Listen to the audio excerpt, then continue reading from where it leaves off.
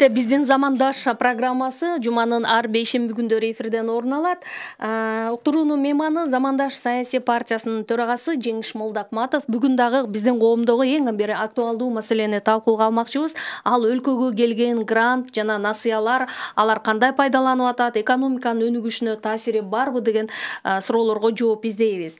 680606 телефон номерин териңиз, ошондой эле бизде WhatsApp номер баштагыдай эле иштеп атат. Келген суроолордун бардыгына көңүл бөлөбүз. 0552 68 06 06.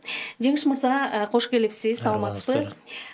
Насыя жана гранттардын маселеси дайыма коомчулуктун назарын буруп келет да. Анткени биздеги алган насыялардын ким төлөйт, анын кайтарымдуулугу кандай болуп атат, натыйжа алуу пайдаланып атабызбы деген маселелерге маек куралык. Бүгүнкү күндө мисалы ушул сиз өз алдыңызча бир анализ жасап көрдүңүзбү? Бизге келген грант, насыялар чыны менен эле көп бекен? Бул мындан бир 5 жыл мурунку жылдарга салыштыра турган болсок, тенденция кандай? Арыбаңыздар, чынында сиз айткандай бул олуттуу маселе да. Анан гранттар, насыялар деп экиге бөлүп карайлы. Негизи биздин талкуубузда ушу айткан сөз ушу эки нерсеге тең бир чогуу айтылат деп ойлойм да. Мына уреке колумда турган Кыргыз Республикасынын баш мыйзамы Конституцияда. Бул Конституцияда эң көп бөлүм бул ушу адамдын укуктарына, анан жарандык биздин милдеттерге багытталган да. Анан ушул Конституциядагы жөнөкөй биздин ушу сиздин, менин, баарыбыздын жарандарыбыздын укуктары канчалык корголуп атат деген маселе туулат. Эч кандай корголгон жок. Эмнеге? Анткени мына Кыргызстанда сиз айтканда биз анализ жүргүздүк. Акыркы чейрек кылымда 10 миллиард доллардан ашык акча келген. Бул гранттар, кредиттер жана башкалар. Мунун ичинен на транспортный проекты дейт. Бул транспорт долбоорлоруна 24,9% кеткен, энергетикага 21% кеткен, социальный блокко 5,4% кеткен, айыл чарбага 3,6% кеткен да. Жөнөкөй тил менен айтканда, бул ошо айыл чарба министрлигине 1,5 миллиард доллардан ашык кирген, жол курууга 2,5 миллиард, ушундай тыйындар көп кирип кеткен да. Анан мунун жарымы грант болсо, жарымы кредит. Эми эң кызык жери ошо гранттардагы берген институттар бар да, финансылык. Бул ошо дүйнөлүк финансылык банк, дүйнөлүк МВФ жана башка. Анан эми ошол жактан эң дагы бир кызык жери ошо бюджетти кармоо жана колдоо боюнча на поддержание бюджета деп 1 миллиард доллардан ашык акча келген экен. Бирок тилекке каршы 27 жыл болду, бюджетибиз 3 гана жолу профицит менен чыккан, калган бүт бардыгы дефицит менен келатат да. Демек ал бюджетти колдоо деген келген гранттар жана кредиттер ошо бюджеттин киреше бөлүгүн толтуруп, бюджетти кармоого багытталган. Бирок ал акчалар каякта десеңиз, гранттын бүгүн аягы жок, кредиттин бүгүн башы жок болуп калды да. Эң жөнөкөй тил менен айтканда ошол эле Бишкекте, ошол эле салынып аткан жолдор, жана башка ошол эле бөлүнгөн бюджеттик тарых музейи, айыл чарбага кирген 1,5 миллиард доллар деген эмне деген эбегейсиз чоң акча. Бүгүн айыл чарба министрлигин жоюп салсак дагы сиз экөөбүз жана бизди угуп аткан эл дагы билбей калат, сезбей калат. Анткени бүгүн айыл чарбанын кылган иши көрүнбөйт жана жок. Мына башта айтканда 2 миллиардка жакын акчаны кармап отурушат, кызматкерлерин багып отурушат. Бүгүн Кыргызстанда жалпы жол менен 30 миңден ашык чиновникти багып отурабыз. Анан жөнөкөй тил бар да. Мына Конституциянын 1-бөлүмүндө так жазылганда бийликтин булагы эл деп турат. Анан эми ушуга жараша биз ушул Конституцияга ылайыктуу жашап атабызбы десеңиз, жок деп айтам да.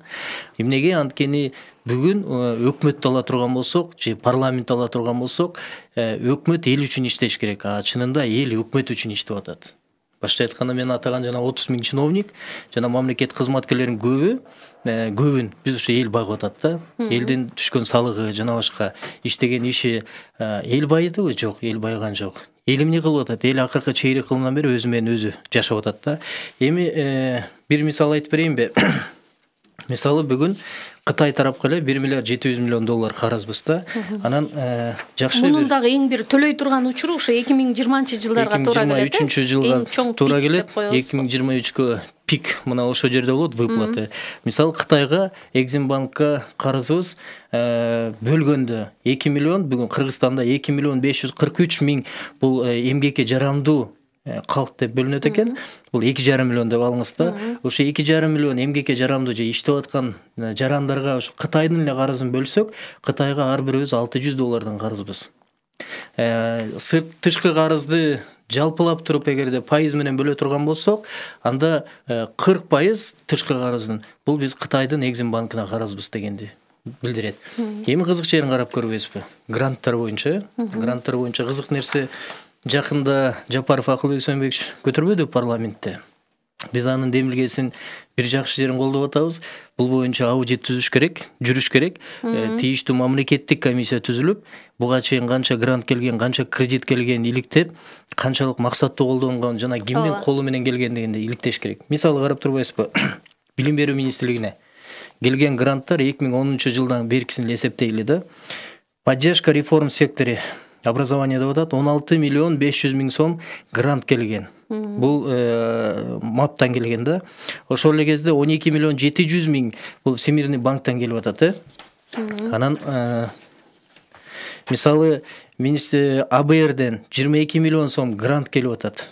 Бул 15-жылы. Контракт на ЕС евро биримдиктен 36 миллион сом келип атат. Азыр мен кызыгын айтам. АБРден 20 миллион келип атат. АБР Азиатский банк развитиядан $12 миллион келип атат. АБР Азиатский банк развитиядан $18 миллион келип атат. $3,6 миллион кийин кошулуп атат. Эми ушул жерден мына мондай жер бар да. Бул проектлер жазып атат. Основная цель проекта дейт: повысить качество, доступ и эффективность среднего общего образования. То есть жалпы билим берүү системасында билим сапатын жогорулатуу деп. Эми мына монча миллион доллар бул четин эле эсептедик да. Билим сапаты жогоруладыбы? Жок. Билим сапаты жогорулаган ордуна ушунча миллиондор келип 18-жылы эмне болду? Билим берүү министринин демилгеси менен 3000 мугалим сокращение кетти. Анын негизги ою максаты жана обоснование деп коет го. Түшүндүрмөсү эмне болду? Билим сапаты жок, төмөн. Ошонго байланыштуу 3000 мугалимди сокращение кылабыз дагы, сааттарды түздөйбүз деп жумуштан айдады. Ошондо биз кыйкырып чыкканбыз. Биз айтканбыз: 3000 мугалимди пенсияга кетет экен, кетпейт экен, айырмасы жок. Кетирүү менен билим сапатын жогорулатуу мүмкүн эмес. Буну системдүү подход кылыш керек. Дедик элек, жок деп бизди жаман көргөн, бүгүн анын жыйынтыгы жок. 3000 мугалим кетти, ордуна канча киши келди эч ким билбейт, кимдин тууганы каяка орношто эч ким билбейт, билим сапаты канчалык өстү эч ким билбейт. Көрдүңүзбү, мына гранттар кумга сиңгендей бүгүн жок. Ким жооп берет? Өткөндө экономика министринин орун басары айтып атат. Ал айтып атат да, ошо 5-каналда түз эфирден талкуу болгондо, эгерде дейт биз долбоор грант жазсак, ал долбоор максатына жетпей калса, же долбоор башка нукка бурулуп кетсе, ошо донор дейт грант берген бизден талап кылат кайра возвратта дейт. 27 жылдын ичинде бир дагы грант, бир дагы кредитти ошо мамлекеттик кызматкерлер же жооптуу адамдар жооп берип ордуна толтурган жок да. Аны ким толтуруп атат? Аны карапайым эл. Жыйынтыгы жоопкерчилиги жок, алар өз максаттарына пайдаланды, ким билет дегенде. Анан гранттын жаман жери мындай болуп атат да. Грант деген эмне?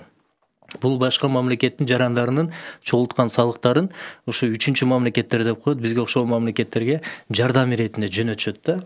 Алардын да бюджетинен бөлүнгөн акча. Бирок дүйнө жүзүндө деле грант менен жашап атышат да. Албетте, бул дүйнө жүзүндө грант менен, кредит менен жашайт. Эми бирок дүйнө жүзүнөн айырмабыз эмне болуп атат? Биз грантта ет болуп атабыз да. Кредиттерди да, гранттарды дагы элдин чөнтөгүнөн сууруп чыгып, жеп, курсак тойбой атат да, чоңдордук ачыгын айтканда.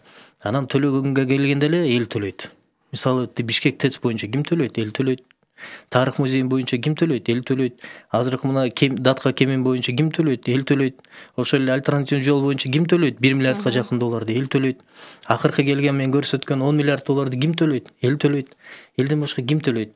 Эми башка мамлекеттерде гранттар келгенде аларда системдүү көз караш менен тартышат да. Мисалы билим берүү тармагы болсо, жалпы ошо билим берүү тармагы концептуалдуу программаларды иштеп чыгат. Бизге мектеп керек, же мектепке мондай пилотный мондай долбоор керек. Ушуну ишке ашырсак, билим сапаты жогорулайт деген максатта. А бизде эптеп грант алыш керек, аны жеш керек деген максат болуп калган да. Ошон үчүн азыр тез аранын ичинде бул жогорку кеңеште каралып, тийиштүү комиссия түзүлүп, иликтеп чыгып, анан өткөнгө жооп бербеген адамдар болбосо келечекте дагы эле желе берет. Ордун толтуруш керек кайра. Улантабыз, азыр биз программабызды студиянын номери 68 06 06. Мындан тышкары 0552 68 06 06 WhatsApp номерине дагы суроо же пикирлерди калтырсаңыздар, биз дароо жооп алып беребиз. Бир нече суроолор бар да, ошол эле насыялар боюнча дагы кызыккан экен да. Насыяларды дейт, эгерде алгандар убагында төлөбөсө же болбосо коррупциялык ыкмалар колдонулуп келсе, алардын жоопкерчиликке тартуу маселесин дагы мыйзамдаштырып койсо болот беле дейт да. Антпесе эч ким жоопкерчилик тартпай жатпайбы деп кайрылган. Сөзсүз мына Анда мыйзамга кандай өзгөртүү керек деген. Эми насыялар боюнча, кредиттер боюнча конкреттүү мыйзам кабыл алса болот. Эми буга мыйзам кабыл алуунун деле кажети жок. Бул жерде гранттын, кредиттин бөлүнүп атканда өзүнчө келишимдер түзүлөт да. Мамлекеттер ортосунда, мекемелер ортосунда. Мына ошого жооптуу адамдарды коюп эле буяктан бир мамлекет тарабынан жооп бере турган бир орган керек да. Мисалы ошол эле Акылбек Жапаров, Сөнбековичтин айтканына мен кошулам. Системдештиришибиз керек гранттарды алып келүү жанагы жазуу боюнча. Билим берүү тармагынан же болбосо ошо айыл чарбасынан мындай кызык жери бар экен да. 10 миллион доллар келет. Мен азыр жакшы эстей албай атам, кайсы бир мен азыр окуп берем. 10 миллион доллар келет грант. Бирок ал 10 миллион долларды жарымы грант, жарымы кредит. Ал эмнеге кетти десеңиз, семинар, тренингке кеткен да. Кызык жери ошо жайлоону кантип пайдаланыш керек дегенге. Кыргыз ата тегинен бери, ата бабабыздан бери жайлооду кандай кармаш керек, кайсы туяктуу баш керек, баспаш керек дегенди билет да жакшынакай эле. Ошол эле мисалы мына маңдайында отурасыз, аялдардын укугун коргоо боюнча, эмне деген чоң семинарлар өттү. Жыйынтыгы эмне болду? Жок да эч нерсе. Мындан көрөк комплекстүү айыл чарбасын өнүктүрүү үчүн органикалык макамды алалы, жашыл экономиканы өнүктүрөлү, экспорттук потенциал жогорулатуу үчүн лабораториялар куралы деген гранттарды же кредиттерди алсак, канча дегенде эффективдүү жана пайдалуу болмок да. Эми мына карап көрбөйсүзбү? Бюджетти колдонуу боюнча, мына поддержание бюджета 1 миллиард доллардан ашык келе атат да. Анан ал акча кайда дебейсизби? Ал акча ошол эле чоңдордун чөнтөгүндө. Ошолорду биз багып атабыз. Кантип? Мына колумда акыркы жылдын бюджети. Расходная часть бюджета деп 2018 жолу салды бюджет. 2018. Мына бул жерде Министерство экономики 274 миллион деп кетип атат. То есть мына бул жерде мен эмесин айтып атам да, жанагы телефон байланышы, зарубежный поездки, эбегейсиз чоң суммаларды киргизип алышкан да. А ушул эле бюджеттин чыгаша бөлүгү көп болуп атат, кирешесин көтөрөлү деп, жанагы башка жерден грант менен кредит алып келип акчаны чаптап атабыз. Ошол эле акчаны бюджеттин кирешесин көтөргөн ордуна чыгашасын көбөйтүп, чиновниктер багып атабыз. Мына былтыр чоң чыр болбодубу? Социалдык өнүктүрүү министрлигинде 4-өө кетпедиби? Эмнеге десеңиз, алар ушу грант, кредит жана элдин салыгынан түшкөн акчанын негизинде командировка бар, косметика алган деген сөз чыкты да. Мына ушундай нерселер болуп атат да. Дагы бир угарман мындай суроону берип атат да, бизде дейт Кыргызстанда алынган гранттардын так санын дейт ревизия кылып чыгыш керекпи дейт да. Ошого мисалы бейөкмөт уюмдар аралашса болобу дейт. Албетте, бияктан жалгыз эле бейөкмөт уюмдар эмес, жаранды коом, депутаттар, өкмөт өкүлдөрү баардыгы күч органдар. Эми туура айтасыз, коомчулуктан кошуп, анан ошону иликтеш керек. 10 миллиард деген бул оңой эмес. Кыргызстандын бир жылдык бюджети 2 миллиард доллар да. 10 миллиард бул 5 жылдын бюджети болуп атат да. 5 жыл Кыргызстан эч нерсе кылбай жашай турган акча. Же болбосо тышкы карызыбыз 4,5 миллиард, ошонун жарымын жаап койгон акча да.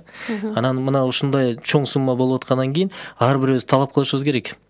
Акыр аягы бул гранттарга, кредиттерге кол салып жеген адамдын баары чыгат. Мына жыргап кеткен жери жок да, ошол жер Шадиевди карабайсызбы? Шадиев жөнөкөй мамлекеттик кызматкер, счетунан миллиондогон долларлар менен акча чыгып атат. Ошол эле Зилалиев Госком геологияда иштеди. Ким ойлоду анча миллиондор чыгат деп? Счетунан 1 миллион доллар чыгып атат да. Болбосо бизнесмен эмес, катардагы эле геологияда иштеген мамлекет кызматкерлер да. Көрдүңүзбү, мына буяктан жийлеп аткан акча, бюджеттин тыйыны. Анан бизде мындай мамлекетте жаңылыш түшүнүк бар да. Мамлекеттин акчасы дегенче. Дүйнөлүк тарыхта мамлекеттин акчасы деген түшүнүк жок. Бул мамлекеттик бийлик эл тарабынан дайындалган жана шайланган, бекитилген менеджер же менеджмент деп коет. Ошо мамлекет элдин мүдөөсүн аткара турган орган. Ал эми мамлекеттик бюджет бул элдин акчасы. Анткени биз баары салык төгүп атабыз да, бюджетти толтуруп атабыз. Бул демек элдин акчасы. Уланталык студиянын номери 68 0606, мындан тышкары 0552 68 0606 номерин терсеңиз болот. Дагы угармандын суроосун берейинчи. Бизде Кытайга болгон карыздан качан кутулабыз деген суроолор аябай көп болуп атат да. Кытайдан албай койсок болбос беле дейт да, же Кытайдын бир өзүнүн кызыкчылыктары барбы дейт. Мен ушул жерден бир кызык нерсе айтып берейинби? Бул кагаз негизи көп кишиде жок да. Бул ошо инвестиционный долбоор же инвестиционный проектлердин тизмеси да. Биринчи цементный завод Шамшкалата 12 миллион доллар. Бул китайский компания. Мен аттарын атабай эле коеюн, эми немеде болбой калсын. Мына тизмеде 10 компания Кыргызстанда ачылып атат да. 10 компания. Мен суммаларын эле атап берейин, баягы компанияларга шектелбесин дегеним. 40 миллион доллар, 25 миллион доллар, 5 миллион доллар, 50 миллион доллар, 10 миллион доллар жана башка. 10 компания инвестиционный проект. Бул ачылып атат. Ушунун ичинен 3-өө гана, бирөө Америка, 2-өө Турцияныкы, калган бүт Кытайдыкы. Кытай инвесторлордукы. Эгерде Кытай инвесторлорго жол ачып, туура тартипти коюп берсек, эч кандай коркунуч болбойт. А бирок угарман айткандай кредит алуу бул чоң коркунуч. Мен ишенем, бул кредиттен кутулабыз. Арга жок, каяка барабыз. Бирок кутулуунун бир гана жолу бар. Тартип жана тартип. Мыйзамды иштетип, жанагы угармандар айткандай, буга чейин алынган гранттар, кредиттерге жооптуу адамдарды издеп таап, жегендерди ордуна койдуртуп, анан кийинки келе турган кредиттер менен гранттарды туура иштетишибиз керек да. Дагы угармандын суроосун берейин, бирок макул угарманды угалыкчы. Саламатсызбы? Угатабыз сизди. Алейкум ассалам. Жеңиш мырза, мен сиздин сыртыңыздан мындай жакшы тааныйм. Бир кыргыздын астыңкы жигиттеринен сиз көп мактанып кетпеңиз, конечно, Замандаш партиясында. Анан сиз азыр айтып атасыз, бүт эле баягы кредиттер, жанакы алып аткан гранттын баары тең эл төлөйт деп. Анан биздин чоңдор баары тең камап атат, же пайдасы жок камалды, мынакей жатышат. 15-20-сы. Анан азыр эми мына 20-жылга даярданып жатат, партиялык системада дагы депутат болот. Эмне үчүн сиз келип депутат болбойсуз? Мисалы үчүн Жанар Акаевге окшогон, Текебаевге окшогон, Шыкмаматовго окшогон депутаттарга окшогон элдин таламын талаган. Олигархтар байлар келет анан кайрылы жеп атпайбы жана. Шадиев мен окуучу болом, мен Лейлекте окутканмын. Мен ал баланы билбептирмин мындай ишке барып ушундай нерсе кыларын. Бардыгы кийин баштала турбайбы көрсө? Ол кийин келет. Эми сен мындай дем, жолдош алып баруучу, азыр дагы кийин мындай айтып коеюн эми. Просто ел кыйналат да, ел кыйналат атпайбы азыр? Кыйын болот азыр. Кыйын туура. Рахмат, азыр жооп берсин, Түшүндүм. Рахмат ага. Бул агамдын мен суроосуна бир далил менен келтирим келет да. Кредиттер, гранттардан качан кутулабыз, анан эл эмне үчүн төлөй бериш керек деп. Туура, эл эмне үчүн төлөй бериш керек. Анан биринчиден бизге окшогондорду депутат кылбаганга аракет кылышат. Эмнеге? Анткени биз ашыкчабыз да. Биз ачык айтабыз, биз талашабыз, биз эл тарабында болобуз, биз мондайлар менен күрөшөбүз. Сөзсүз өткөрбөгөнгө, келтирбегенге аракет кылышат. Ошон үчүн биз азыр алдын ала ачык айтып атабыз да. Келде чогуу биргели ынтымак менен баралы дагы тартипке келтирели. Эми мамлекетке тартып орнотуп турган учур келди. Жеп ичкендердин учуру бүттү. Булардын баардыгын ордуна коюп, кайра мамлекетте конкреттүү реформа кыла турган учур келди. Мына бир нерсени айтып берейинчи. Бүгүн дүйнөдө эмне болуп атат да? Илон Маск деген бул дүйнөлүк эң атактуу ойлоп табуучу. 90 миллион долларга ракетаны асманга, Марска учуруп атат. Бүгүн дүйнөнүн 4 бурчунда ошол эле Илон Масктын Tesla деген электрондук баягы машинасы тарап атат. Бүгүн Монголияда авиа хаб салынып атат. Бүгүн Монголия мисалы инвесторлор менен сүйлөшкөндө Японияга өзүнүн терисин өткөрүп атат. Япония Монголиянын терисин алып, плеттерди жасап дүйнөгө сатып атат. Япония технологияны өндүрүп атат. Бүгүн дүйнөдө жаңы технологиялар, роботтор турмушка аралашып, кафелерде официант болуп иштеп жүрөт. А биз талашканыбыз курултай, жыйын, талаш, акция, эң жаман дегенде гей-парадты талашып жатып калдык да. Кыргызстан каяка баратабыз? Мындай өнүгө турган багыт, реформа, экономикалык секирик жок болуп атпайбы? Мисал карап көрүңүзчү. Мына Эльвира Сурабалдиева жакшы маселени көтөрдү, депутат. Мамлекеттик 2566 гособъект, мамлекеттик ишканалар 2566 арендага берилет экен. Жана оюн зоокторго. Бирок тыйын түшпөйт. Ошол эле учурда агам айткандай, ошо карыздын баарын эле эл төлөй береби дейт, эл төлөйт. Эл төлөйт. Анткени билесизби, эмне үчүн билесизби, Кыргызстанда байларды жаман көрөт кыргыздар. Көкөйүнө тийген да. Мен салыштырып берейин. Жапония. Мына Жапонияны мен кагазын ала келдим. Жанагы ар бир мамлекеттин 100 мыкты байлары деп тизмесин чыгарат да. Мына Жапониянын биринчи турган тизмедеги адамын окуп берейин. Магнат розничной торговли дейт. Тадаси Янаи биринчи орунда турат. Бул өзүнүкү 6,1 миллиард доллар капиталы бар. Бул киши таза ишкер, саясатчы эмес, чиновник эмес. Мына Германияныкы. Германиянын 100 мыкты иштемелери, бай адамдары.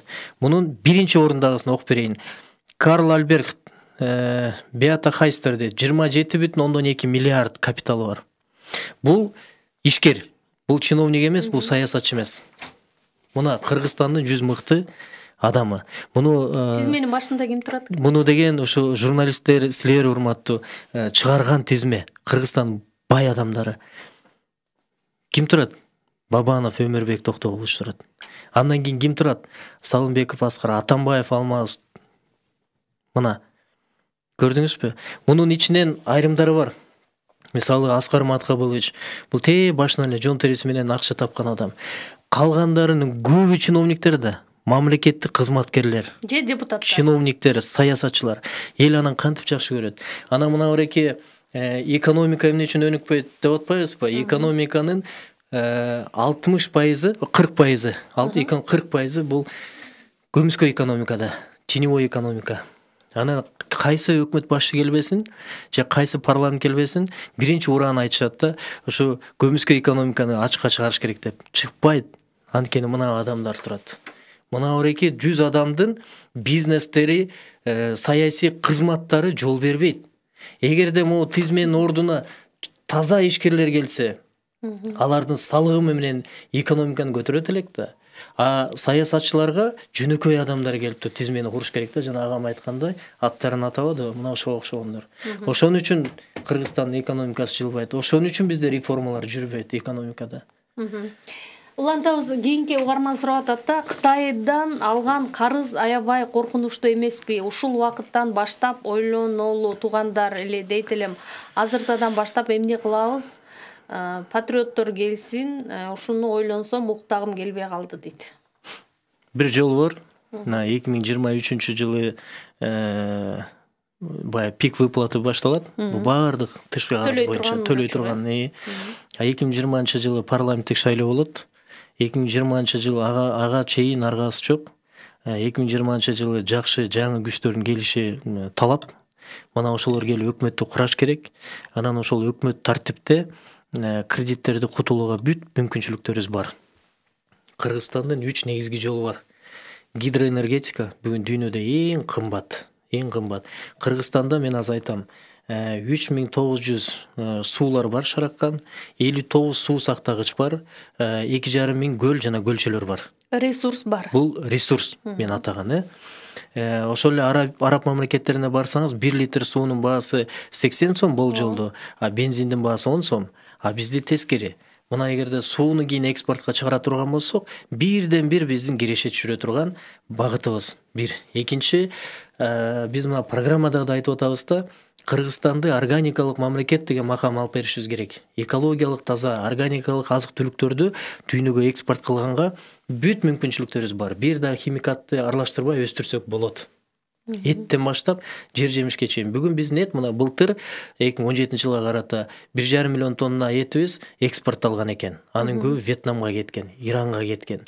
Бүгүн Кувейт менен түзсөк болот, Саудиттер менен түзсөк болот. Ошону этти экспортко жөнөтсөк болот.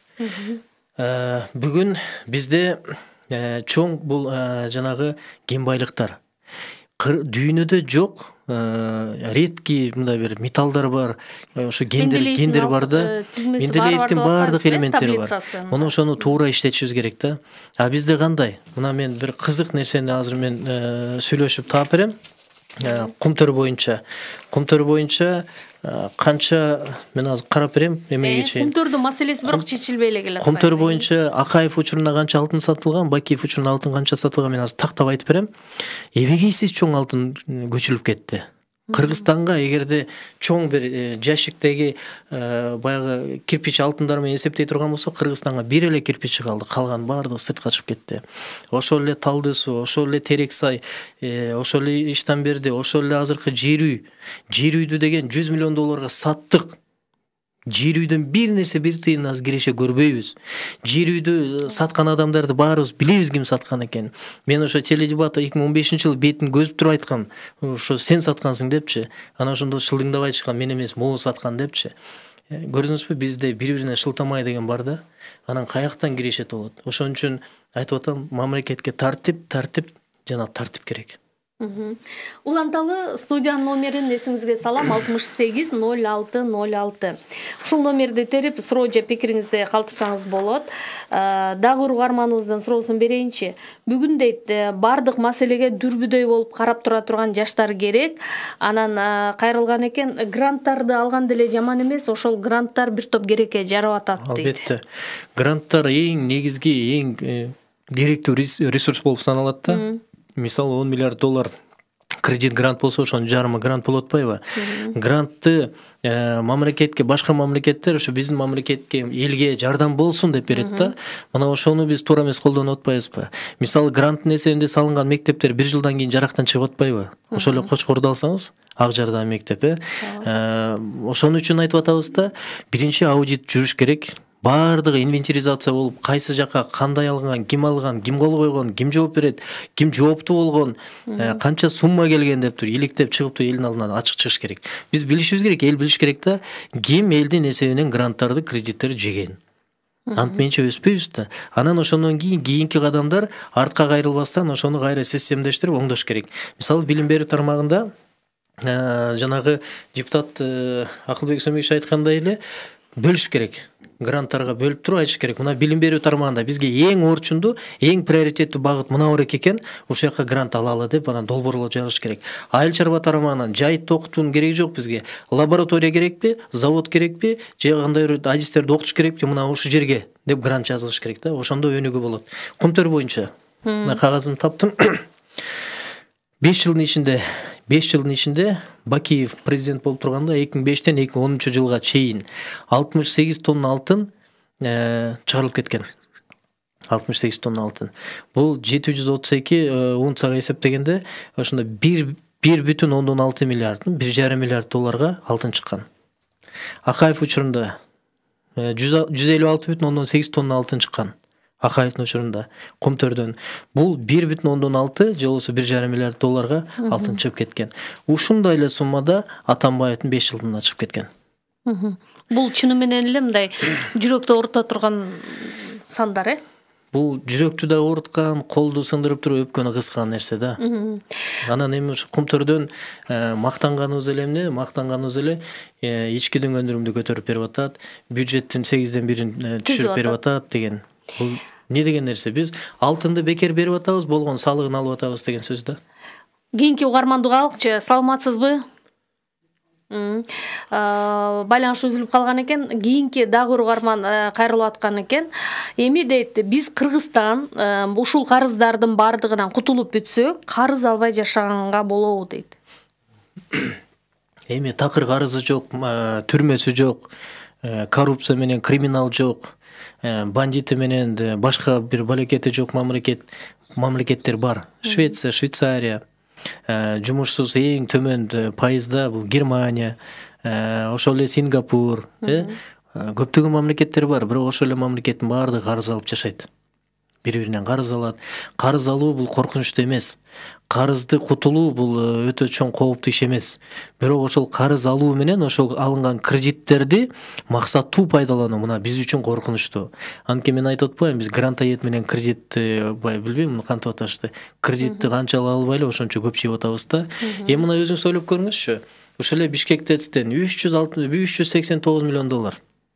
Пайыз менен кошкондо $500 миллион Кытайдын жана Экзим банкына беришибиз керек да. Ушунун мурун Максим Бакиев Кытайга барганда $150 миллион салып беребиз дешкен. Кийин бул $250 миллион болгон. Анан туруп эле $400 миллион болду да, $389 миллион. Демек мунун 3төн 1 желип атат да. 3төн 2 желип атат. Ал эмне деген чоң акча? Кимдер жеген, кандай жеген, мына бүгүн иликтөө жүрүп атат. Мен ойлойм баардыгы жооп бериши керек. Ким болбосун. Эгерде жана эл өкүлдөрү айтып атпайбы, бул айрым эл өкүлдөрү муну баардыгы деле эмес, ушул грант, насыялар боюнча мындай бир ревизия жүрсө, мындай системалуу талдап чыксак, анан баардыгы ачыкталат эле депчи. Биз эми ишенишибиз керек го ошого, Мен ишенбейм. Эмне үчүн? Мен ишенбейм. Ачык айтайын, мен ишенбейм. Мага окшогон көп элдер ишенбейт. Анткени эгерде буга чейин ошондой эл өкүлдөрү демилге болсо, башынан эле келгенде ушуларды көтөрүш керек эле да. Унутпайлы да, шайлоонун алдында 2015-жылы эмне деген убадалар менен келишкен. Кредиттерди, гранттарды, бюджетти иретке келтиребиз деген кимдер эле? Отургандар да. Азыр деле ошол шайлоонун алдында ошол кадам жасалып атат деген ойдо экенсиз. Эгерде могу тизмени көргөзбөдүмбү жана сизге? 100 адамдычы. Ошол эле грант, кредиттерди жеген адамдар маякта отурат да. Кандай дейсиз? Бул тизим азыр толукталып атат, дагы көп байлар бар. Элдин баары эле билет да, атын атасаң баары эле тааныйт, бетинен, жүзүнөн деле тааныйт. Анан ушулар кайра гранттарын кантип чыгарат, кредиттерин кантип чыгарат? Өзүлөрүнүн айбири ачылып калат да. Ошон үчүн мен ишенбейм. Бул качан чыгат? Бул жаңы күчтөр келип туруп, анан мындай эрктүү алып туруп анан чыгарганда болот. Эми бир маселеде биз монтип туруп анан тизмени көргөзүп атпайбызбы? Ушул адамдар депчи. Бирок эми ушул адамдар дегенде кээ бирде кейип анан мындай чынында бир кыйналасың да, жүрөгү ооруйт.